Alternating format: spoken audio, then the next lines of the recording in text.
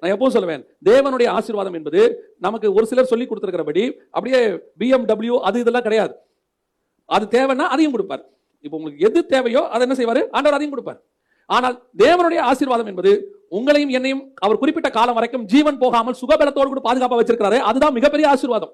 எத்தனையோ கோடீஸ்வரன் high blood பிரஷர்ல அப்புறப்படுத்திருக்காங்க. எத்தனையோ கோடீஸ்வரங்க கண்டெய்னர்ல பணம் வச்சிருந்தவங்க என்ன ஆனாங்கன்னே தெரியாம எப்படி செத்தாங்கன்னே தெரியாம செத்து போனாங்க. எத்தனையோ கோடீஸ்வரங்க தங்கத்தை புதையலா வச்சு சேர்த்து வச்சுட்டு எத்தனையோ வருஷத்துக்கு முன்னாடி அனுபவிக்காம செத்துட்டாங்க. இப்ப தோண்டி எடுக்கிறாங்க. இதனால என்ன பிரயோஜனம்? அந்த பணத்தால இருக்குதுன்னு அவங்களுக்கு ஒரு சாட்டிஸ்பாக்சன்.